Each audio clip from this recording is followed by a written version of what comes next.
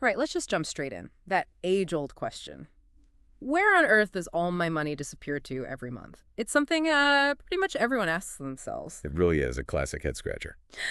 So today, we're doing a deep dive into, well, smarter budgeting and expense tracking, Yeah. and not in that, miserable punishment kind of way. No, definitely not. More like, how can you actually understand where your money's going, direct it, and, hit your goals while still enjoying life without that constant worry? Yeah, and it's amazing how budgeting has kind of shifted, hasn't it? Mm-hmm. It used to have this reputation for being all about restriction, drudgery. Totally. Spreadsheets and calculators. Exactly. But now, with these really sophisticated digital tools, especially AI-powered budgeting apps, it's a whole different ballgame, much more accessible, even, dare I say, kind of positive for a lot of folks. That's the core of it. Our mission here isn't to tell you, stop spending.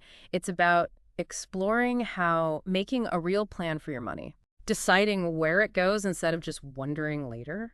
That can actually give you freedom to cover the essentials, work towards what you want, and then, enjoy the rest, guilt-free. And we've seen some stories, right? People saving like serious money just by switching to these modern ways. Absolutely, hundreds of dollars in some cases, and we'll be digging into some of the tools making this happen.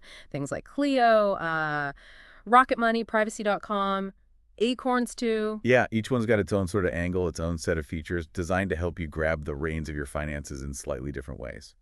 So the goal is, by the end of this chat, you'll have some solid, actionable tips. You'll know about potential pitfalls to watch out for, and hopefully you'll feel more confident about managing your money. Sounds good. Okay, so let's kick off with the basics. What is budgeting in today's world, and why does it feel, well, more important than ever? Well, at its heart, budgeting is really just about making deliberate choices with your money. Simple as that. Instead of your paycheck coming in and just sort of evaporating, you're actively planning. Allocating funds to different buckets: rent, groceries, fun stuff, savings. Yeah. The works. So being proactive, directing it. Exactly. Directing it towards what actually matters to you, not just reacting. And that feels extra critical right now, doesn't it? I mean, prices are up. There's all this economic uncertainty. Lots of people feel like they're just treading water. Oh, for sure. And the numbers kind of back that up. It's pretty striking. Actually, only about a third of American households say they keep a detailed budget. Wow, only a third. Yeah. And maybe even more revealing, of the people who do budget, a huge chunk, like 83%, admit they still overspend sometimes. Huh. So even with a budget, it's still tough. It really highlights the challenge, doesn't it? Even when you have the best intentions, sticking to it is hard. It really is. And, the flip side of not having that handle on your finances, it's stressful. Worrying about bills, maybe debt creeping up, just that constant low-level anxiety about money. It's heavy. It absolutely is. But the good news, the upside, is that budgeting is a really powerful way to fight back against that. Right. Research shows that people who actively budget feel much more in control. Like over 60% report feeling more in control of their finances. That's a big difference. It is. And maybe even more encouraging, nearly 90% of budgetals, this was back in 2024, said it helped them either get out of debt or just stay out of debt in the first place. That's pretty compelling proof it works. Those are solid numbers, definitely encouraging. But let's be real, that old school image of budgeting, saving every single receipt, wrestling with spreadsheets, doing endless math, Yeah. that's enough to kill anyone's motivation, right? No wonder people find it hard to stick with. And that's exactly the problem these newer, smarter budgeting tools are built to fix. In 2025, we've got apps, we've got AI assistants that just automate so much of the grunt work. Okay. They can categorize your spending for you, ping you if you're going off track, even offer personalized tips to help you make better financial choices. So the big takeaway here is budgeting now is just different. It's smarter, it's faster, it's more personalized, and maybe the best part, it can actually dial down that money anxiety. Exactly. Less stress, more clarity. Okay, so let's get into the how. How exactly have AI and these modern tools managed to totally transform budgeting? Well, the shift away from doing it all manually has been, frankly, revolutionary. The big thing is, these apps securely link up to your bank accounts, your credit cards, all that stuff. Right, using things like Plaid usually. Yeah, often using secure connections like Plaid. And they just automatically pull in all your transaction data instantly. No more typing things in. That alone is huge. No more hunting for that lost coffee receipt. Exactly. And it's not just about grabbing the data.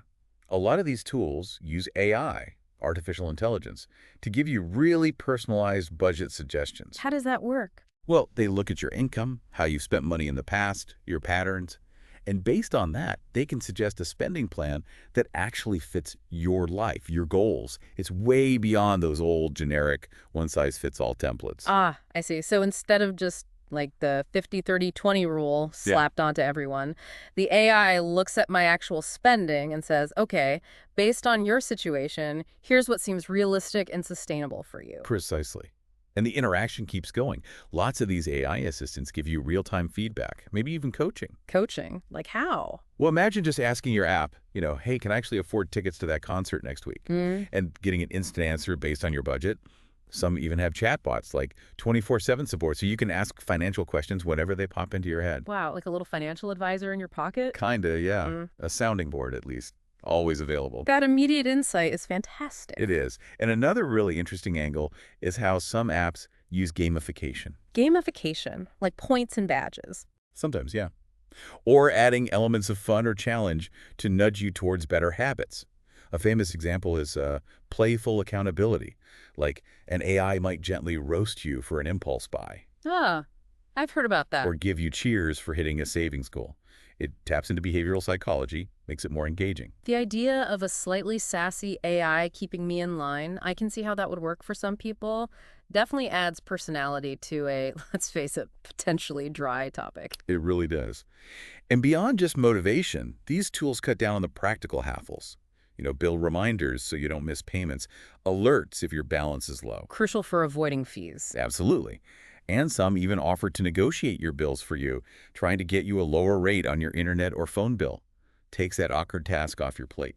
Okay, so summing up this transformation, we've gone from tedious manual methods to this world where budgeting is interactive, automated, often kind of fun even. It meets you right there on your phone, giving you real-time help to stay on course. Exactly. Yeah. And don't underestimate the psychological benefit.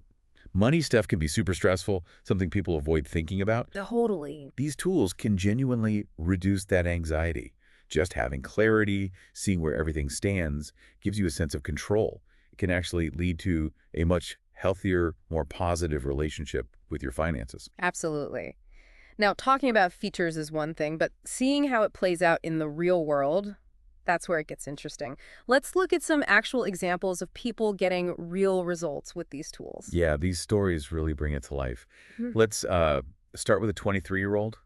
Describe herself as, entry-level paycheck-to-paycheck girly, not much experience with saving. Okay. She started using the free version of Cleo, that AI assistant we mentioned, and saw changes pretty fast, within like a month. What happened? What changed for her? Well, a key thing was Cleo's habits feature.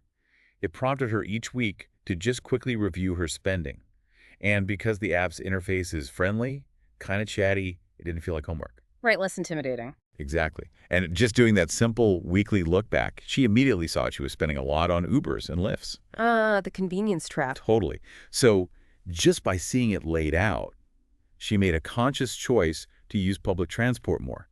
Boom, instant savings right there.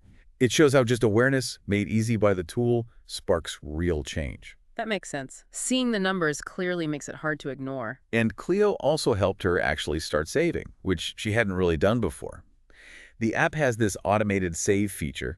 It suggested setting aside small amounts each week, like really manageable amounts. 8 little bits here and there. Yeah, a few bucks, nothing painful, but it added up. End of the first month, she had an extra $30 saved. It shows how automation, even for tiny amounts, can build that safety net. Cleo made saving feel less scary, more doable. Broke it down into baby steps. Exactly. And she even used the roast mode sometimes. Oh, yeah. How did that go? Apparently she made like a $48 impulse buy on Amazon, and Cleo gave her a bit of a playful ribbing about it. And she said she actually found it motivating. Ah, that's brilliant. Shows how that personalized, kind of cheeky feedback can actually work for some people to change habits. Totally. It just underlines that making finance less stuffy, more engaging, can really work. For her, the result was just a better attitude towards money overall, less stress, more control. She saw Cleo as like a one-stop shop for building better habits where, traditional budgeting hadn't clicked. That's a great case study. Shows the power of engagement and personalization. Okay, let's hear another one. This time about Acorns and its roundup approach to saving. Right. Different tool, different strategy. This one's about a 25-year-old who found it really hard to save up for bigger things, always felt kind of strapped for cash. Relatable for many. Very. So she started using Acorns. And as we touched on, Acorns works by rounding up your purchases to the nearest dollar and then investing that spare change. It tackles that feeling of, I don't have extra money to save. Gotcha. So every time she bought a coffee for, say, $5.25, Acorns would automatically tuck away that extra $1.75. Exactly. And she didn't stop there. She turned on double roundups and set up a small automatic weekly transfer of just $5. It shows how you can layer these automations to make saving just happen seamlessly. Okay, so leveraging automation, what were the results? Pretty impressive. In just 1 month, she'd saved over $173. And the key thing, she said she barely felt it. Because the amounts being saved were so small each time, pennies, maybe $1, it was almost invisible day to day. Wow. Yeah, she talked about the nice surprise of checking the app after a bit and seeing this pot of money growing. That really highlights the what's in it for you, real progress towards goals without feeling the pinch. It's that set it and forget it magic, isn't it? That seems huge for people who find active manual saving a struggle. It just happens in the background. That's the core appeal. Yeah. And it totally changed her mindset about saving. She went from feeling like it was impossible to being really excited about it. She was even planning to bump up her weekly contribution because this system just worked for her. That's fantastic. Yeah, she actually said, and I quote, I'm saving at least $100 per month, but since it's completely automated and saved in small increments, it doesn't feel unrealistic with my tight budget. That just sums it up perfectly. It really does. Makes saving feel achievable, sustainable, even when money's tight. Okay, one more example. This one's about tackling those sneaky recurring costs with Rocket Money. Yes, the subscription creep. Yeah. A very common money leak. Things like forgotten free trials, services you just don't use anymore but keep paying for. Rocket Money is really good at sniffing those out and making them easy to cancel. Right, plugging the leaks. Exactly. It's all about getting back money that's just slipping away unintentionally. That's the why for this tool. And we heard about someone who used it pretty effectively. Yeah, one user apparently spent maybe 15 minutes going through the subscriptions Rocket Money found, canceled a few things she didn't need anymore. The result, saved over $400 a year. Wow, $400 a year for 15 minutes work. That's a great return. Isn't it? Shows how efficient these tools can be. And Rocket Money themselves say something like 80% of their users save money using this feature. Yeah. It really drives home how you can stop those small, regular drains on your budget instead of digging through bank statements yourself. Nobody wants to do. Right. The app flags them automatically and gives you a simple way to cancel. That's the how. Automation and making it easy. It's like having a little financial detective working for you, finding and killing off those zombie subscriptions you forgot about. Exactly. So yeah, these real stories really show the tangible benefits.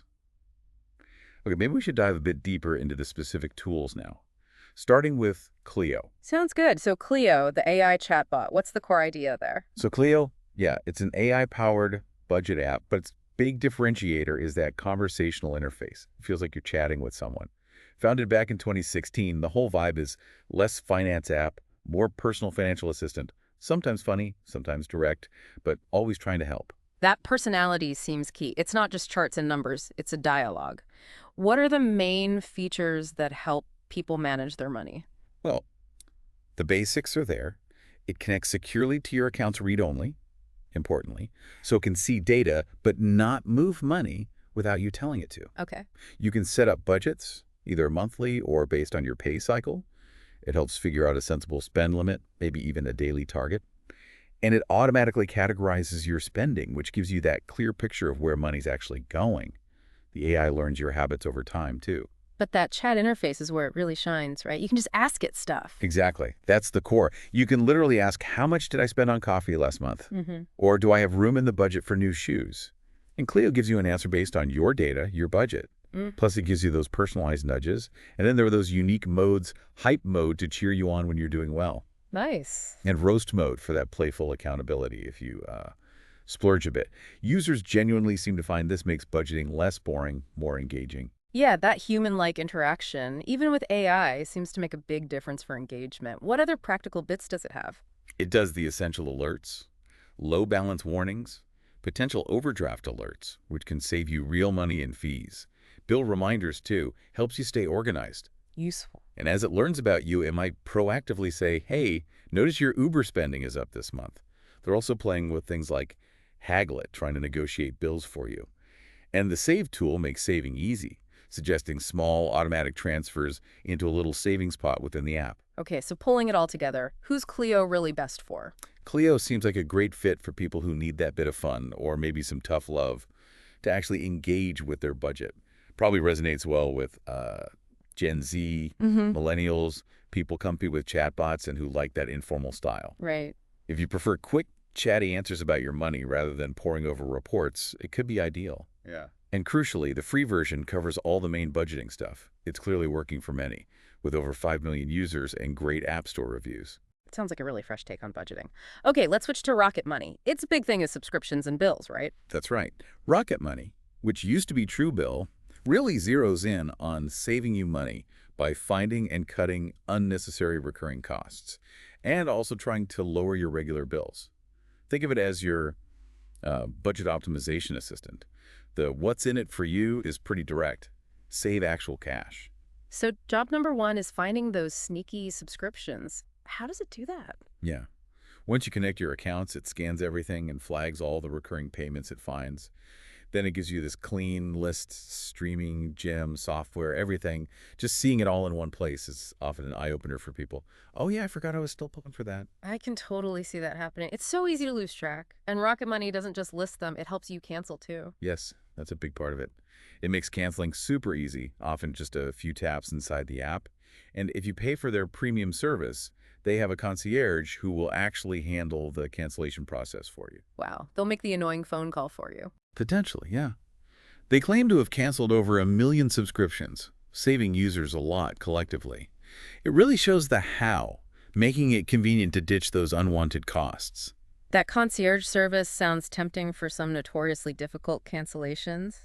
And what about regular bills like internet or phone? Right, it tackles those too. They have a bill negotiation feature. You give them permission, they contact your provider, and try to argue for a lower rate for you. Seriously? Yep. If they succeed, they take a cut of the savings, usually a percentage. It's great if you hate negotiating or just don't have the time. So it's actively trying to reduce your outflow, not just track it. What about the actual budgeting side? Does it do that too?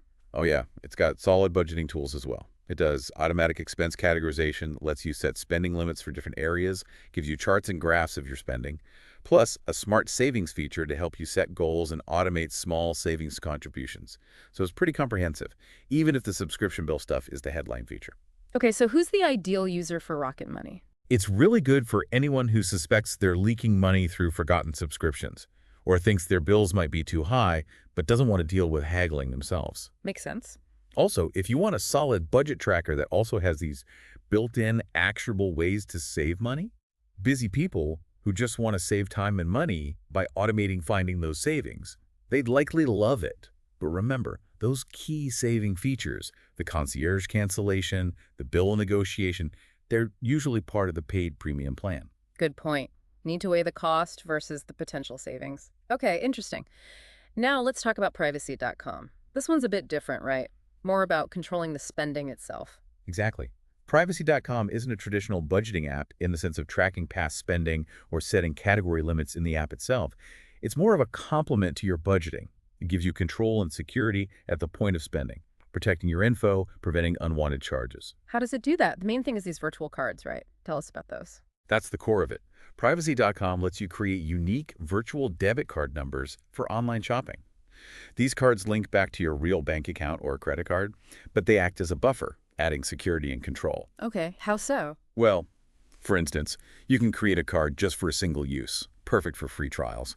Sign up, use the card, and even if you forget to cancel, the card won't work again. No surprise charges. Ooh, that's clever. Solves the free trial problem instantly. What else? You can create cards locked to a specific merchant. So if you have a card just for, say, Amazon, and Amazon had a data breach, that card number wouldn't work anywhere else. Limits the damage. Smart. And crucially for budgeting, you can set spending limits on each virtual card. Say you've budgeted $50 for online entertainment this month. Create a privacy card with a $50 limit. Any charge over that gets declined. It's like enforcing your budget automatically at the checkout. That's a really practical way to stick to limits, almost like digital cash envelopes for online spending. And good for subscriptions too, I guess. Definitely. Want to cancel a subscription? Just close or pause the privacy card link to it.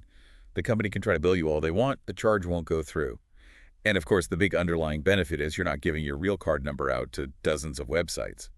Much better security against fraud. So who really benefits from using privacy.com? Honestly, pretty much anyone who shops online or have online subscriptions. It's especially good if you worry about overspending online or getting hit with surprise charges or just general data security.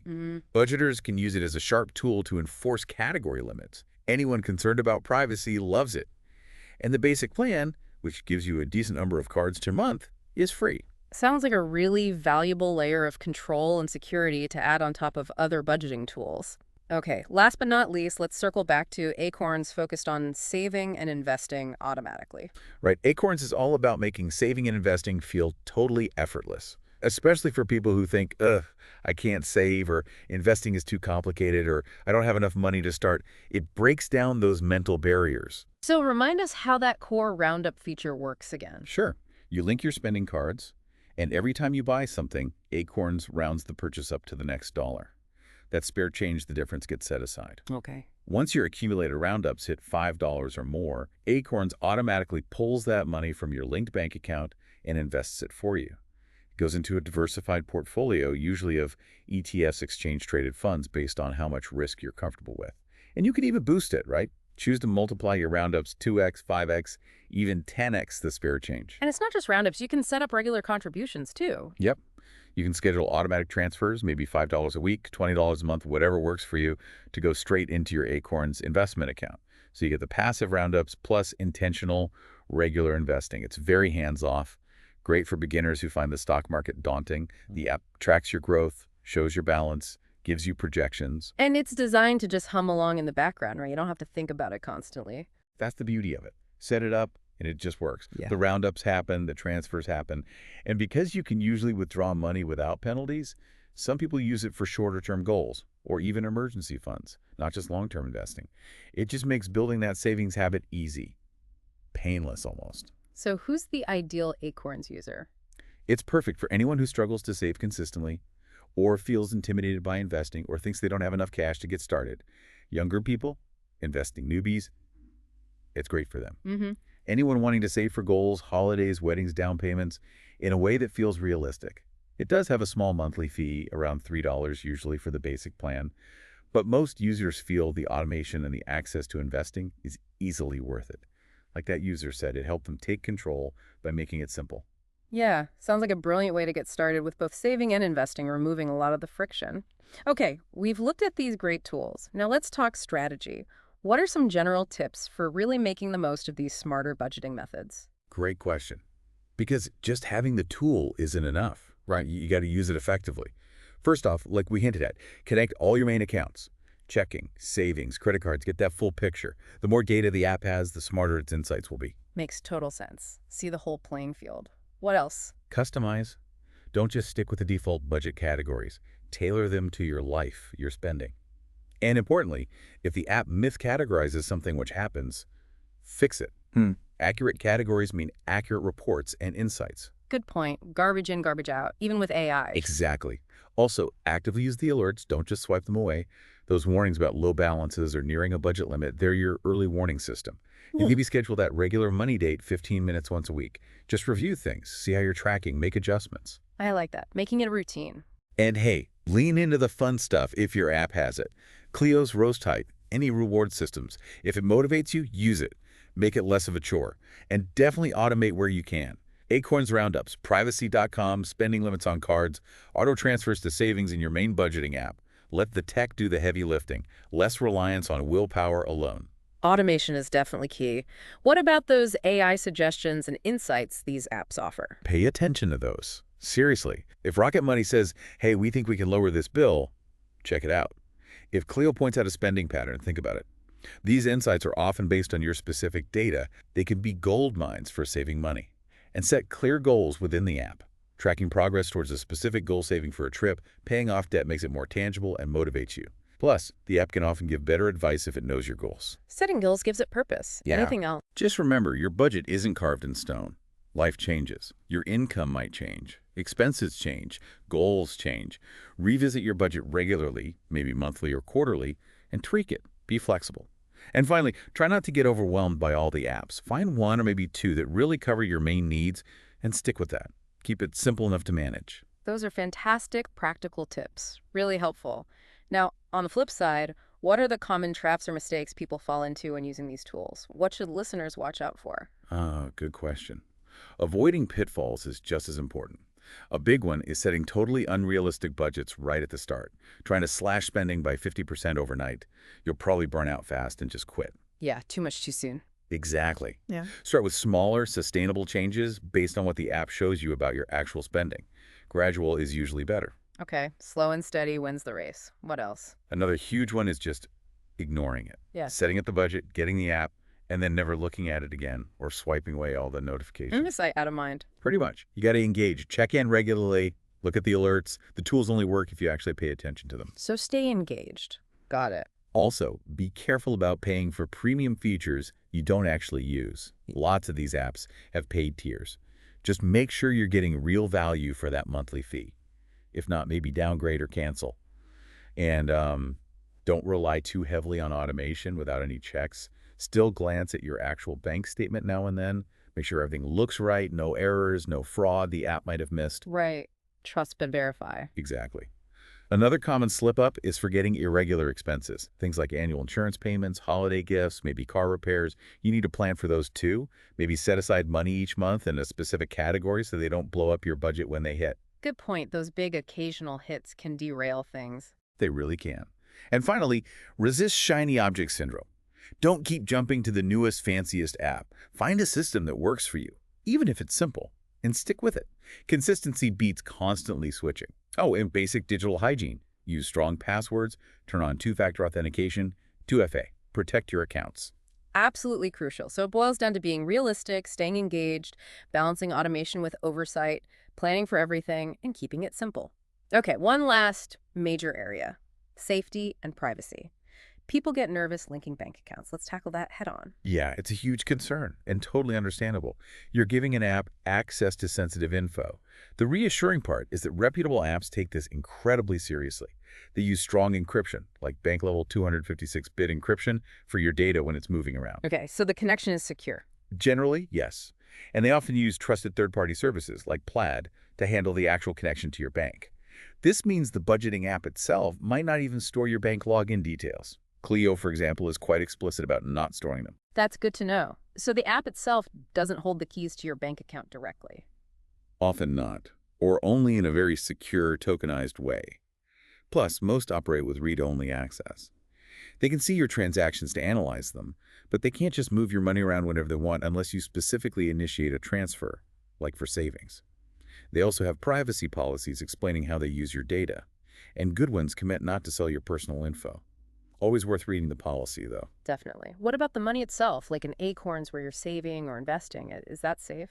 Yeah, there are protections there, too. Investment accounts, like with Acorns, are usually SIPC insured.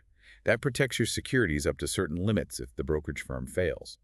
And cash held in associated checking accounts, often through partner banks, is typically FDIC insured, just like a regular bank account. And like we said, privacy.com adds that extra layer by masking your real card number online. It's huge. Use strong, unique passwords. Don't reuse your bank password for the budgeting app. Enable two-factor authentication, 2FA, wherever it's offered. That text code or app notification is a massive security boost. Keep your phone locked. Be wary of phishing scams, dodgy emails, or texts asking for your login info. Basic online safety is key. Good reminders for everything online, really. And if someone decides they're done with an app, can they get their data deleted? Reputable apps should have clear ways for you to delete your account and request your data be removed. You have the right to control your info. Look, there's always some risk with anything online, but the major finance apps invest heavily in security. Breaches are rare. If you're nervous, maybe just start by linking one account. See how you feel. Build trust over time. That's really helpful context. Should definitely ease some minds. Okay, as we start to wrap this up, let's crystallize the main takeaways for our listeners about smarter budgeting.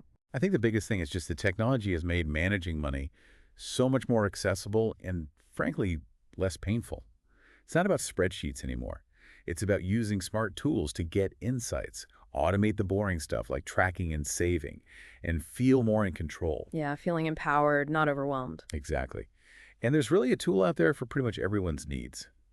Cleo for that chatty coaching, Rocket Money to hunt down savings on bills and subs, Acorns to make saving and investing effortless, Privacy.com for secure spending. You can find something that fits your style. And the best starting point is probably thinking, what's my biggest money headache right now? And finding a tool that tackles that. Perfect advice. Don't try to boil the ocean. Don't feel you need all these apps at once. Pick one that addresses your main pain point. Try it for a month. See how it goes. Be open to the insights. Be flexible. Don't beat yourself up if you slip up. It's a journey. Right. So the call to action for everyone listening, just pick one small thing to do this week. Maybe download one of these apps. Or schedule that 15-minute weekly money check-in. Or create one virtual card for that subscription you keep meaning to cancel. Just one step. That one step can really be the start of something big. Financial empowerment feels much more reachable now, thanks to these tools. It's there for the taking. Fantastic. Well, thanks so much for diving deep into this with us today. Hopefully everyone listening has got some valuable takeaways and feels a bit more ready to take control. My pleasure. And just a final thought for everyone listening. Which of these ideas or tools really clicked with you? What feels like it could solve a problem you're facing right now? Think about that one small, manageable action you can commit to today, this week, to move toward feeling better about your money.